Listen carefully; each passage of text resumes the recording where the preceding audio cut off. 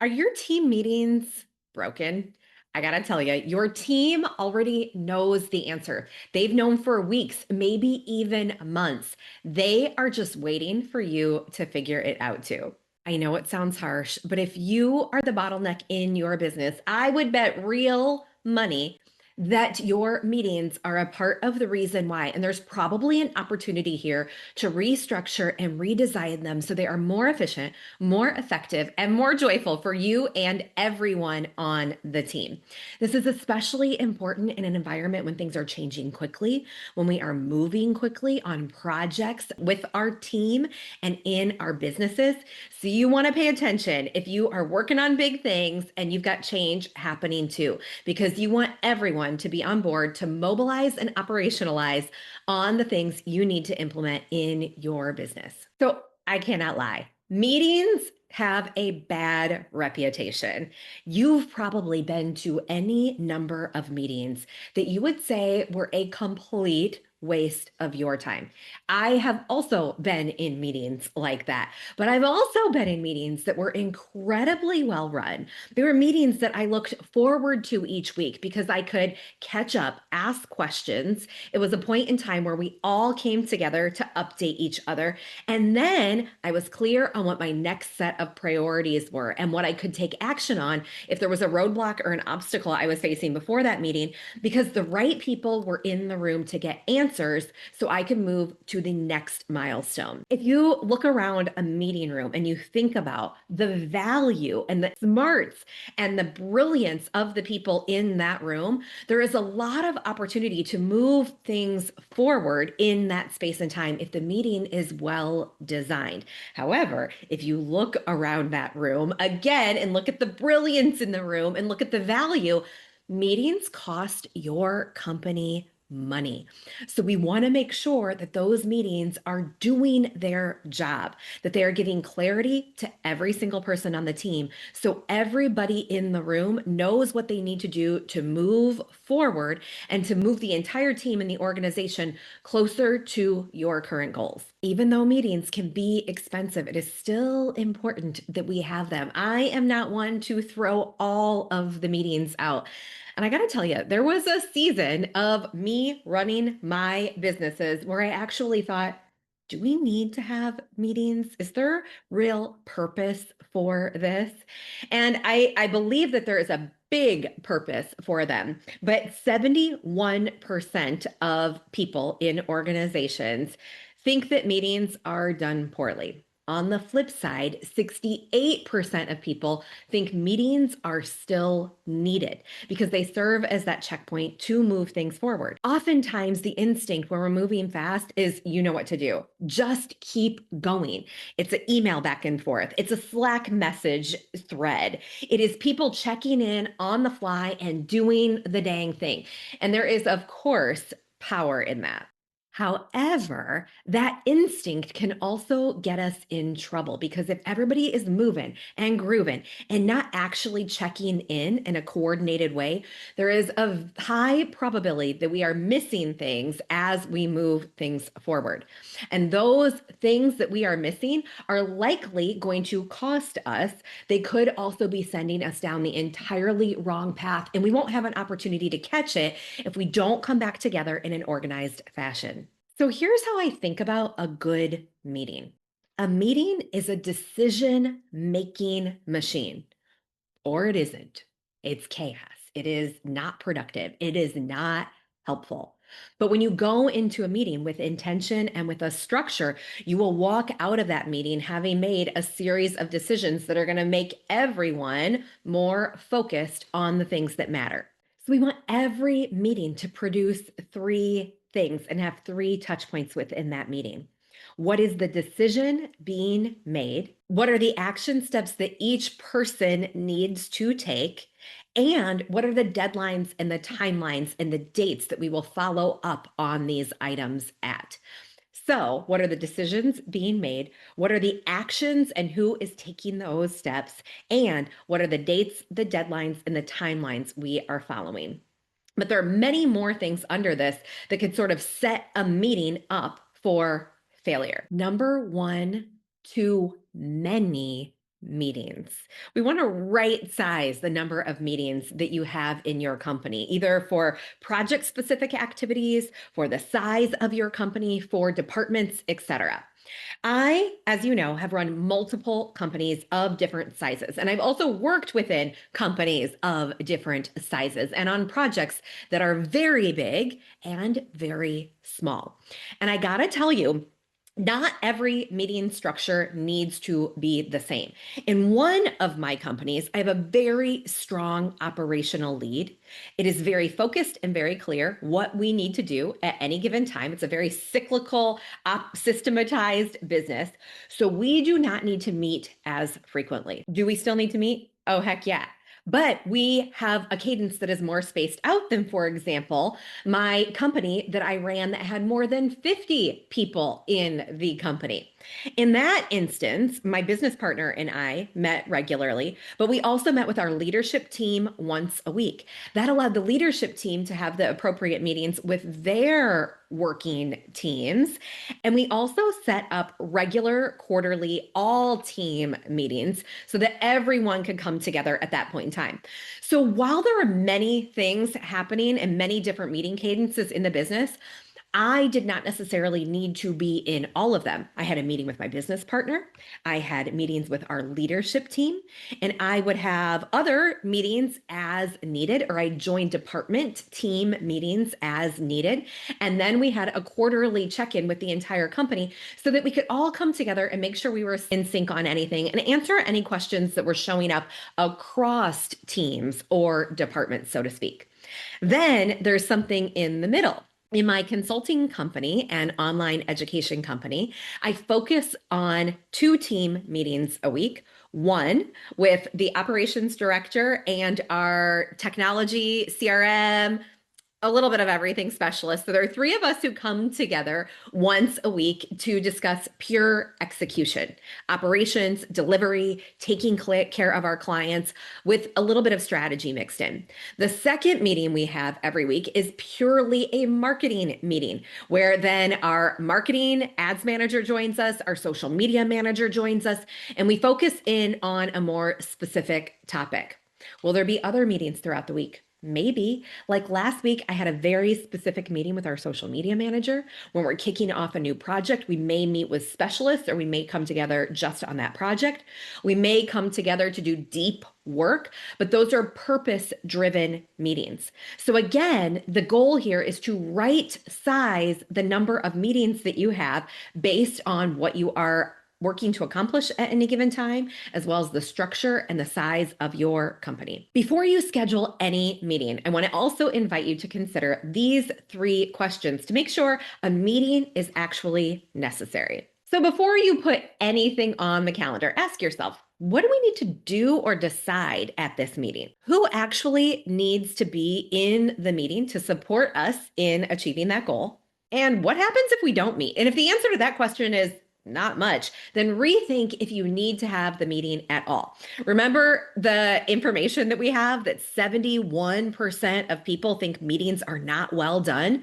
This is part of the reason why. The answer to any question there may be is not, let's have a meeting on it. Throw something on the calendar. We should meet on this.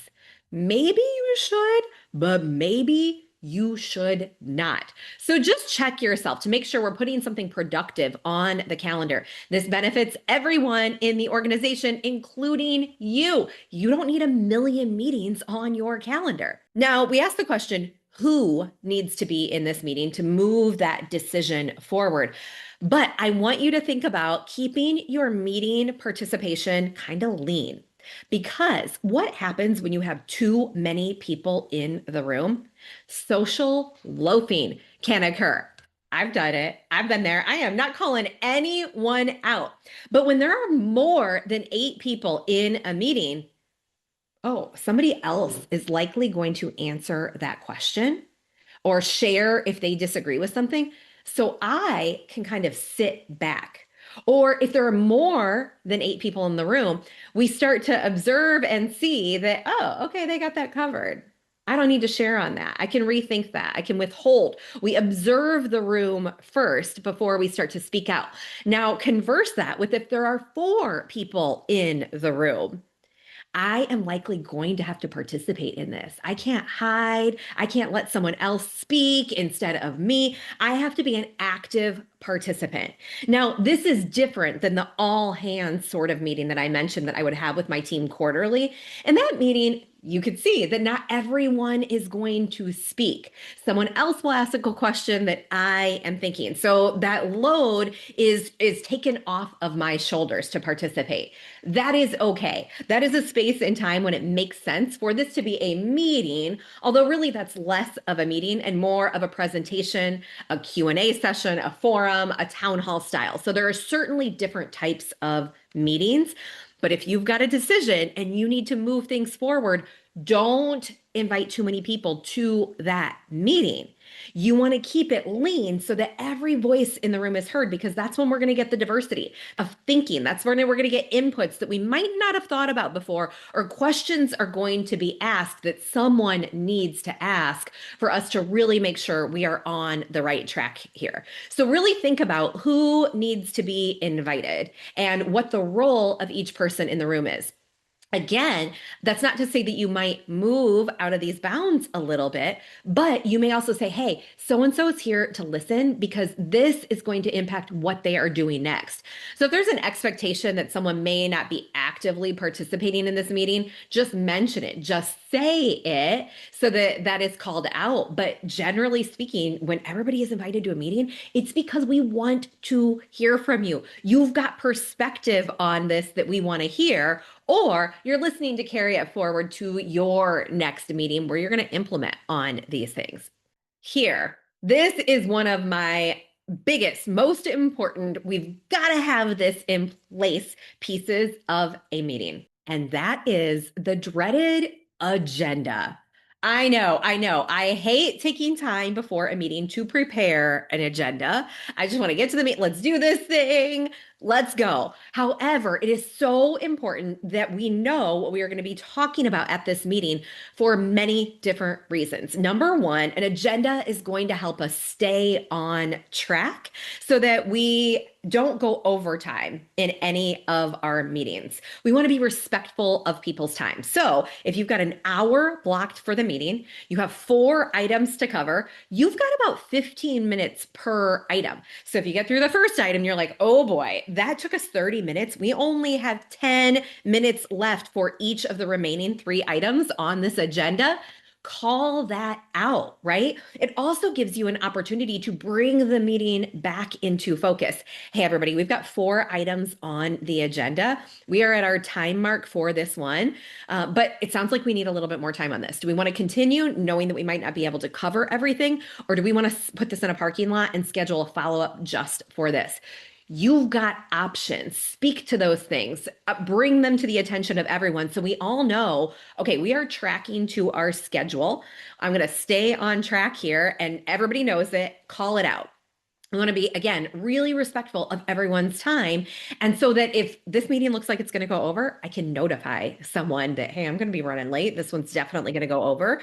Or ask, right? Hey, we have an hour scheduled for this meeting. This one item could take an hour in and of itself. Can everybody stay 15 minutes over? Right? So just ask that at any point in the meeting. You can bring that up. Another thing that you can do to set your agenda is get to the meeting if you have not pre-created agenda and say, hey, I've got a couple of topics specifically for this meeting, including how fast our AI is moving and how our company is adopting it and what our philosophies are on this, and the action points for that new project we've got going. Does anyone else have anything to add to the agenda that we need to discuss in our meeting today? And you can create that agenda real time, but it's beautiful because there is an agenda that everybody agrees on at the beginning, or we say, actually, that one's not going to fit. Can we save that one until next week? Yeah, no problem. Not a priority. Thank you. Right? I have the opportunity to add agenda items. I am heard. We all know what we're going to cover today. We've all agreed to that at the beginning. Another way that I like to use the agenda is a rolling agenda that's kind of always there for your team and for your company. This takes the pressure off of any one single person to create the agenda. Now, certainly, if it's a specialty meeting, there may need to be a special agenda that is created for it. But if it is one of those weekly one-on-ones, those weekly department meetings, those weekly leadership team meetings, you might have one rolling agenda that you can quickly sort through and update. Hey, what is coming up? What is current for this week? You could sort dates. You could sort by name. Who owns what right now? Hey, Amber, can you give us an update on your stuff? Hey, Sarah, what do you have shaken? How are your things going? And you can just flip the agenda to Sarah's items that are always regularly being updated. In that case, as things are being done, Sarah can say, hey, I got X, Y, and Z done that we talked about last week. Done, done, done, as updated in our rolling agenda. And our focus is moving on to these three things next. Awesome. Everybody's got an update. The agenda is always active and always being worked, and anyone can access it at any time. So before the meeting, they can go in and say, hey, this is what I'm tracking to. This is what I need to get done before that meeting. This is what's coming up. This is what's new that we may need to add. They could add that at any time, or they could add it right as we go through their individual updates on the team. So this rolling agenda concept is pretty cool because, again, it takes that pressure off. It's always there for everyone. And you can organize it in a number of different ways based on how your team organizes its meetings. So we've got date that you could organize for. You could put priorities in there, and you could organize by high priority, medium priority, low priority. You can organize by person. You could also organize by topic or category. Let's say that marketing is one of those items that you have as a category in this particular team meeting. And you also have money and financials that you're going to discuss and review in this meeting. So you could say, hey, let's cover all the marketing stuff first. Pull that up from your rolling agenda. It's a beautiful thing. Highly recommend you use a rolling agenda for those reoccurring meetings that you have on a regular basis. So when things are moving fast, here's the counterintuitive piece. You actually need more structure, not less.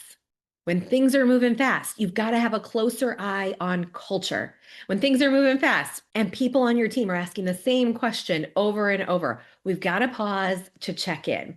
When you need to make decisions on things, but things are moving fast, so you're not prioritizing that, this structure is going to allow you to see very clearly what those high priorities are so that you know where to put your attention. And if you need support in making that decision in the meeting, you'll have the people that you need in the room with you to help you make those decisions so that you can keep things moving forward fast. And if you can't step away because things are moving fast and you're worried things will fall apart if you step back for a second, this is especially why you need to get your meeting cadence reset. If you don't have these things in place, these are all opportunities and places where you may become the bottleneck. And if not you, someone else on your team may become a bottleneck simply because clarity is lacking. And in these meetings, you're going to now redesign your meetings so that everyone gets clarity on the things that they need clarity on to keep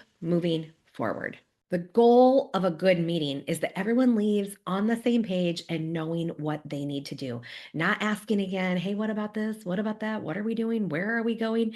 There was one point in building my companies early on where I was checking in with different team members and I'm like, why aren't we doing the thing that we needed to do? Why isn't this project that we discussed moving forward? I feel like things have stopped or stalled. And the feedback I got back was, oh, yeah, our priorities changed. So we stopped doing that. I was like, wait, our priorities changed? No, they didn't. When did our priorities change? They're like, well, I thought this was our focus now. So we stopped doing that thing. Like, oh my gosh, that was just a miscommunication and a miss on my part as a leader. So in those meetings, you'll constantly be coming back to what is our focus? What are our priorities right now? But then you're going to layer under it the conversations and the talking points that support that so that everybody can get back in sync. And while we think we just talked last week, we just talked Tuesday, confirmation and reiteration of where we are going is so important for us all to maintain our momentum and moving in the direction we want to be going. So these meetings give you the opportunity to slow down, to speed up. And I know that it is hard sometimes to do that. But if you get intentional, get focused, reset here, the impact is going to be huge because remember, 68% of people say we need check ins, we need those meetings so that we can stay on track. Now, there is one final piece of meeting structure and meeting design that I think is so critical and so important, especially when we're moving fast, especially if you've got a remote team, and especially if people are kind of all over working on different things. Now, we bring people with different perspectives and different areas of expertise together because we want that value add to our team. We want to be able to learn from the experts on our team. And so it is important so that people feel comfortable sharing their expertise openly, especially if they think something is not going the right direction. But to do that, people have to be comfortable to share. So the other thing I want you to think about as you redesign your meetings is to build in just a little space and wiggle room for the conversation around life, getting to know people. If we were meeting in person, this would organically and naturally happen. You hear things, you notice things, things randomly come up. But in a virtual meeting, right, people are a little bit more likely to mute, to stay quiet until it makes sense for them to unmute or kind of try to get in there. So I want to invite you in those leaner meetings to check in. How's it going? What's new over there? Hey, I noticed you've got a new backdrop. Are you somewhere different today? I hear construction. You got something, a project going on over there? Oh my gosh, that's awesome. Because this allows people to build rapport and build relationship.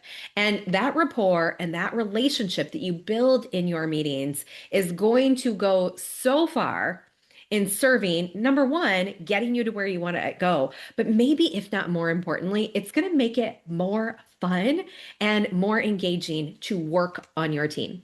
Now, at the beginning of this conversation, I shared that I've been in some not so great meetings that have made me wonder, why am I even here? And then I've been in some really great meetings where I was sad if they got canceled because number one, we were getting things done. We were making decisions. We knew what action items were and who was doing them, and we knew when they needed to be done. And that just makes my soul happy. But what also made my soul happy is that I was getting to know people. And if I wasn't going to see them in any given week, I was kind of bummed out about it. I'm like, oh man, Lauren's not going to be at the meeting this week. What a bummer. I was really looking forward to hearing how she was doing with that. I'll have to follow up on that. And when those connections are built informally, we're going to be much more comfortable sharing and moving things forward formally in your company and on your team. So, with all of this in mind, I hope you take some nuggets from this. I hope you think about how you may need to redesign not only what's on your calendar, but how what's on your calendar is structured so that you can have incredible meetings that keep you focused and on track, especially when things are moving fast and things are changing. Okay, that is it for things to think about to redesign your meetings. And it was kind of a lot. But remember, all you got to do is start small because the small adjustments that you make can have ripple effects on how your company operates and the culture you are creating. With that, you are right on time to make your next move. And I can't wait to catch up with you in the next episode.